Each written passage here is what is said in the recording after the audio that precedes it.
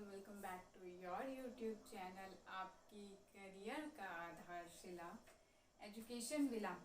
पिछले वीडियो में हमने क्या देखा था? पिछले वीडियो हमने देखा था what is unemployment and nature of unemployment. आज हम बात करेंगे that what are the causes of unemployment in India. Bharat में जो बेरोजगारी है उसके जो मुख्य कारण हैं वो क्या हैं। तो आइए स्टार्ट करते हैं आज का session. The first one is population explosion, जनसंख्या विस्फोट। सबको पता है आफ्टर चाइना हमारा ही नंबर आता है। जब पॉपुलेशन इंक्रीज करेगी, ठीक है, पॉपुलेशन इंक्रीज करेगी, लेकिन क्या पॉपुलेशन के हिसाब से रिसोर्सेज भी इंक्रीज कर पाएंगे? Definitely not. For example, population बढ़ रही है, ज़मीन तो उतनी ही है जिस पे खेती हो सके। पहले यहाँ 20 मन अनाज उगाया जाता था 1000 लोगों के लिए, अब 5000 लोग हो गए, तो भैया जमीन की उत्पादकता तो उतनी ही है। पॉपुलेशन बढ़ गई लेकिन हमारे रिसोर्सेज नहीं बढ़ पाए, और जब रिसोर्सेज नहीं बढ़ेंगे, पॉपुलेशन बढ़ गई, एम्प्लॉयमेंट नहीं बढ़ेगा, तो डेफिनेटली अनएम्प्लॉयमेंट का एक सिचुएशन क्रिएट होगा। तो the first reason is population explosion, जनसंख्या विस्फोट। पॉपुलेशन बढ़ता है बढ़ता है बढ़ता है, उस हिसाब से अदर रिसोर्सेज नहीं बढ़ पाते, चाहे वो फूड हो, हेल्थ हो, इंफ्रास्ट्रक्चर हो या एजुकेशन हो, जिसके कारण फ्यूचर में क्या एक डिसबैलेंस हो जाता है बिटवीन पॉपुलेशन एंड एम्प्लॉयमेंट। तो population explosion. Second one is under development. India is a under developing country. हम अभी डेवलपमेंट की ओर बढ़ रहे हैं, हम अभी अंडर डेवलप्ड हैं। बहुत सी चीज़ों में बहुत सी चेंजेस आई हैं, but we have many more to achieve. हमें बहुत सी और चीज़ें करनी हैं।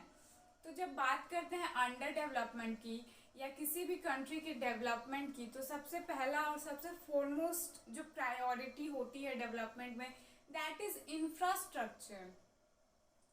अगर आप इंफ्रास्ट्रक्चर को मजबूत नहीं करेंगे, आप अपने मार्केट को रोडवेज, रेलवेज, एयरवेज से कनेक्ट नहीं करेंगे, तो कोई भी फॉरेन का इन्वेस्टर आके आप पे इन्वेस्ट नहीं करेगा। तो अंडर डेवलपमेंट में है तो इंफ्रास्ट्रक्चर प्रायोरिटी है, ना एजुकेशन प्रायोरिटी है, ना अनएम्प्लॉयमेंट प्रायोरिटी है। So we are under development. तो हम सबसे पहले इस्टेब्लिश कर रहे हैं क्या? अपना इंफ्रास्ट्रक्चर। भैया बाकी बाद में देखेंगे। Third one is इनएडिक्वेट employment planning. जब हम बात करते हैं प्लानिंग की, तो हर साल 5 ईयर प्लान्स आते हैं। जो हमारा फर्स्ट 5 ईयर प्लान था, that is basically for agriculture. वो पूरा डिवोटेड था एग्रीकल्चर को, कि आफ्टर इंडिपेंडेंस हम एग्रीकल्चर को किस प्रकार से बढ़ाएंगे। तो जो हमारी प्लानिंग है रिगार्डिंग अनएम्प्लॉयमेंट कम करने की, वो एडिक्वेट नहीं है। जितना उस पर इन्वेस्टमेंट होना चाहिए उतना इन्वेस्टमेंट हो नहीं रहा है। सरकार क्या कहती है? सरकार कहती है कि आप मुझे सत्ता में लाइए, मैं आपको एम्प्लॉयमेंट दूंगा, रोजगार दूंगा, लेकिन आप रोजगार दे क्या रहे हो? कौशल विकास योजना, दैट इज गुड, अच्छा पार्ट है कौशल विकास योजना। लेकिन अगर आप एक पीएचडी होल्डर को कहोगे कि तुम 10,000 की नौकरी कर लो, तो वो नहीं मानेगा। तो रोजगार का मतलब ये नहीं है कि आप छोटे छोटे रोजगार क्रिएट कीजिए। Employment is all about when people get their jobs according to their knowledge, skill and degree. आपको वही नौकरी करनी चाहिए जो आपके नॉलेज, स्किल और डिग्री पे बेस्ड हो। फॉर एग्जाम्पल, मैंने मार्केटिंग से एमबीए किया है, अब मुझे कहेंगे कि आप फिनांस डिपार्टमेंट को देख लीजिए, then it is a waste of time. या मैंने फिनांस से एमबीए कर लिया है, वो मुझे कहेंगे कि आप एचआर डिपार्टमेंट को देख लीजिए, that is again waste of time. तो जो हमारी प्लानिंग थी अनएम्प्लॉयमेंट को लेके इंडिया में, वो बिल्कुल भी प्रॉपर नहीं थी। प्लानिंग करने का मतलब क्या है? छोटे छोटे रोजगार क्रिएट कर दो, दैट इज नॉट एम्प्लॉयमेंट। आप सबको उसके नॉलेज, स्किल और एबिलिटी के हिसाब से, डिग्री के हिसाब से नौकरियां प्रोवाइड कीजिए। The next one is slow rate of growth. जब बात करते हैं India is under developing country, तो हमारा जो रेट ऑफ ग्रोथ है as compare to America, China, Russia, हम थोड़े से पीछे हैं in terms of technique, in terms of education, in terms of employment. हमारा जो रेट ऑफ ग्रोथ है वो कहीं ना कहीं धीरे हो जा रहा है। अभी पिछले कुछ रिसेंट ईयर्स में 10-12 ईयर्स में हमने देखा है कि तरक्की हो रही है, लेकिन ये इतनी प्रॉपर नहीं है कि ये दूसरे कंट्रीज से compete कर सके। तो एम्प्लॉयमेंट का क्या कारण है? हमारा रेट ऑफ ग्रोथ ही नहीं बढ़ रहा है, कंट्री बढ़ ही नहीं रही है, तो एम्प्लॉयमेंट कहाँ से जनरेट करेगी? और अगर किसी कंट्री का रेट ऑफ ग्रोथ नहीं बढ़ रहा है, then no foreign country is coming to invest in your country. तो कोई भी एमएनसी स्टैब्लिश नहीं होगा, और जब एमएनसी स्टैब्लिश नहीं होगी तो आपको नौकरी क्या ही मिलेगी। The next one is backwardness of agriculture. Agriculture sector में बैकवर्डनेस थी, अभी भी बहुत है। अभी भी बहुत सारे ऐसे स्टेट्स हैं जहाँ पे लोग इरिगेशन के लिए मॉनसून पे निर्भर करते हैं, जबकि इरिगेशन फैसिलिटीज़ बहुत सी हैं, sprinkler method, tube method, well method, लेकिन लोग डिपेंडेंट किस पे हैं? मॉनसून पे हैं। और बात करते हैं हम एग्रीकल्चर की, तो क्योंकि फार्मर्स कम एजुकेटेड होते थे, वो इजीली एक्सप्लॉइट हो जाते थे। उन्हें पता ही नहीं होता था कि हमारा सामान कहाँ जाएगा, या हम अपने सामान को डायरेक्ट मैन्युफैक्चरर तक कैसे पहुंचाएंगे, या हमारा जो मिडिल मैन है वो हमारा कितना मार्जिन ले रहा है। तो हमारा एग्रीकल्चर सेक्टर बहुत बैकवर्ड था, ऊपर से बहुत प्रेशराइज्ड था, क्योंकि इंडिया में 70% of population at that time agriculture पे निर्भर था। आज भी है 50-52%, लेकिन उस टाइम एग्रीकल्चर बहुत प्रेशराइज था। Lack of information, lack of knowledge and lack of technique के कारण ये और नीचे होता गया। तो जब एग्रीकल्चर सेक्टर ही इतना बैकवर्ड है, जो कि at that time majority role play करता था एम्प्लॉयमेंट जनरेशन के लिए, तो भैया सब तो अनएम्प्लॉयड रहेंगे ही। The next one is insufficient industrial development. हमारी जो कंट्री है उसमें जितनी इंडस्ट्रियल डेवलपमेंट होनी चाहिए अब भी उतनी नहीं है। There are many industries that are established, industries established हो रही हैं, लेकिन बहुत सारी ऐसी वेल नोन इंडस्ट्रीज हैं जो कि बंद हो गई। कोविड में हमने क्या देखा कि कुछ इंडस्ट्रीज ऐसी थी जो कि पूरी तरीके से बंद हो गई। भैया वहाँ के वर्कर्स तो फुल्ली अनएम्प्लॉयड हो गए। तो एग्जाम्पल क्या है? कोविड एग्जाम्पल बहुत बेहतरीन है कि वर्कर्स कमाने बाहर जाते थे, और जब कोविड का इतना भयानक सिचुएशन आया तो सबको अपनी नौकरी से हाथ धोना पड़ा। जब अब कोविड गया है तो चीज़ें अभी स्टार्ट हो रही हैं, चीज़ों ने अभी भी पीक नहीं पकड़ा है। We are many more to achieve, but right now we are nothing to do. तो इंडस्ट्रियल डेवलपमेंट उतनी नहीं है, सरकार का उतना फोकस नहीं है, या उतने फंड्स नहीं मिल पा रहे हैं। जब इंडस्ट्री ही डेवलप नहीं करेगी तो एजुकेशन सिस्टम हमारा क्या ही होगा, एम्प्लॉयमेंट सिस्टम हमारा क्या ही होगा। The next one is prevailing education system. बात करते हैं एजुकेशन सिस्टम की, तो जो एजुकेशन सिस्टम टेक्निक्स हैं वो अब भी बहुत कम है as compare to other countries. हमारे यहाँ सिखाने के लिए टीचर्स की कमी नहीं है, लेकिन कुछ ड्रॉबैक्स हैं हमारे एजुकेशन सिस्टम के। फॉर एग्जांपल, जहाँ अच्छे टीचर मिलते हैं वहाँ की फ़ीस बहुत ज़्यादा होती है। सरकारी स्कूल के टीचर्स पढ़ाते भी वैसा ही हैं। I am talking about IITs। जब IIT से बच्चे निकलते हैं उन्हें 25 लाख, 30 लाख, 50 लाख, 1 करोड़, 2 करोड़ का पैकेज मिलता है। सरकारी स्कूल वालों को कितने का मिलता है? 100 में से 2 ही होते हैं जिनका स्टैब्लिशमेंट हो पाता है, जिनका करियर सेट हो पाता है।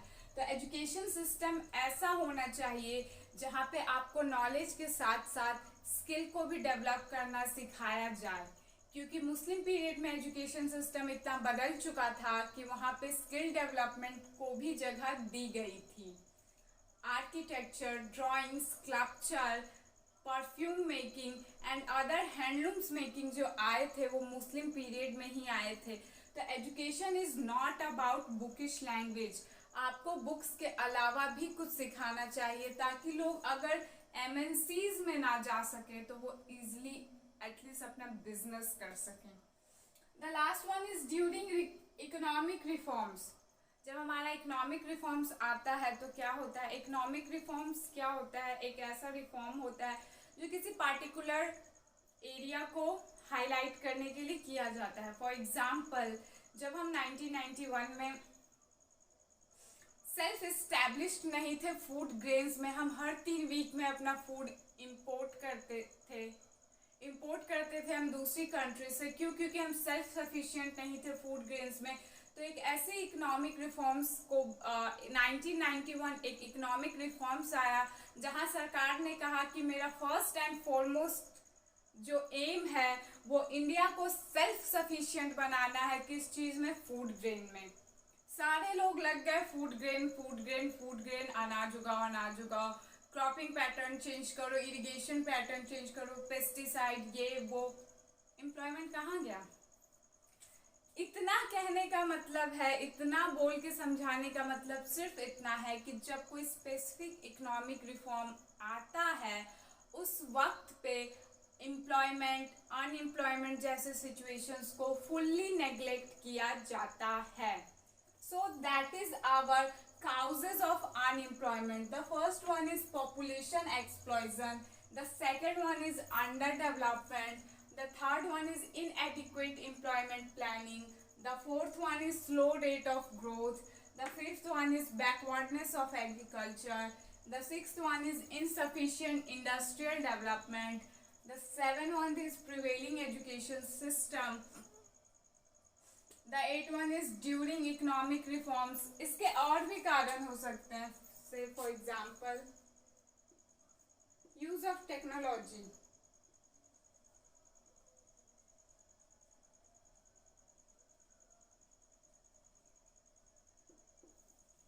मेरिट भी है ये, डिमेरिट भी है। बात कर ले कि ये अनएम्प्लॉयमेंट से कैसे कनेक्टेड है। तो जब टेक्नोलॉजी आएगी, India is a labour intensive market, ठीक है। यहाँ पे लोग हाथ से काम करते हैं। टेक्नोलॉजी ने जब मार्केट में प्रवेश कर लिया तो हाथ की क्या ज़रूरत। जितने लोग उस काम को करने के लिए लग रहे थे उससे कम समय में काम टेक्नोलॉजी कर देगी तो मैन पावर को कौन पूछेगा। तो जब टेक्नोलॉजी आती है तो वो कई जॉब्स खा जाती है। तो हमारे इंडिया में टेक्नोलॉजी का यूज़ हो रहा है और इस टेक्नोलॉजी टेक्निक्स को सिर्फ वही चला सकते हैं जो इनमें स्किल्ड हो। फॉर एग्जाम्पल 100 लेबर्स कहीं काम कर रहे थे, टेक्नोलॉजी आई, पहले हैंडलूम्स चलता था, कपड़ों पे कढ़ाई बुनाई हाथ से की जाती थी। टेक्नोलॉजी आई, उसने ठाप ठाप ठाप ठाप ठाप ठाप करके कढ़ाई बुनाई शुरू कर दी। 100 में से सिर्फ 4 को आती थी वो टेक्निक, 4 ने वो अडॉप्ट कर लिया और उनकी नौकरियां बच गई। Remaining 96 they are unemployed. तो टेक्नोलॉजी जैसे ही आई अनएम्प्लॉयमेंट भी बढ़ गया। And the last one is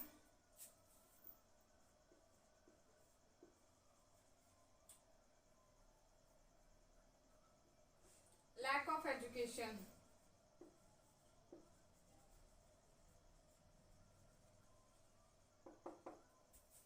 six to 14 education compulsory है लेकिन फिर भी लोग एजुकेट नहीं होते।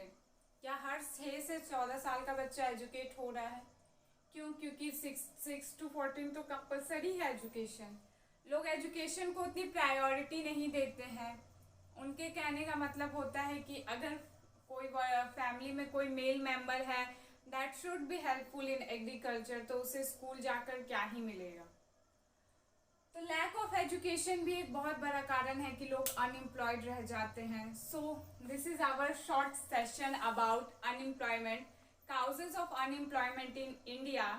In next video we are going to discuss about what are the types of unemployment like voluntary unemployment, frictional unemployment, disguised unemployment, seasonal unemployment, technical unemployment, and many more, cyclical unemployment and many more. We are going to discuss that, and after that we are going to discuss how unemployment is finished. कैसे ख़त्म करेंगे हम बेरोज़गारी को, हम उस पर चर्चा भी करेंगे. सो आई होप आपको मेरा आज का वीडियो पसंद आया होगा. अगर आपको मेरा आज का वीडियो पसंद आया, प्लीज़ लाइक शेयर सब्सक्राइब करना ना भूलें. जो लोग मेरे चैनल पे पहली बार आए हैं वो बेल आइकन को ज़रूर हिट करें. Thank you for watching and have a look on the white board.